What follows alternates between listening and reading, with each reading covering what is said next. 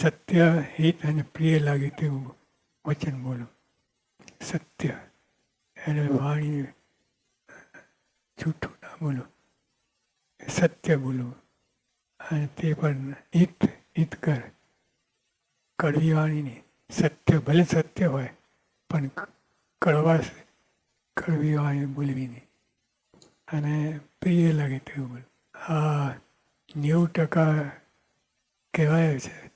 90% વાણી આપણે કર્કશ વાણી બોલીએ તો એ અપ્રિય લાગે એવું બોલે.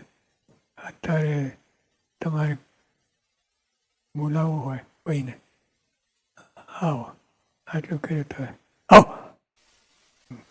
શબ્દ તો બે છે પણ ઓલામાં રોષ, દ્વેષ અને બધું કેટલું બધું ભરેલું હોય.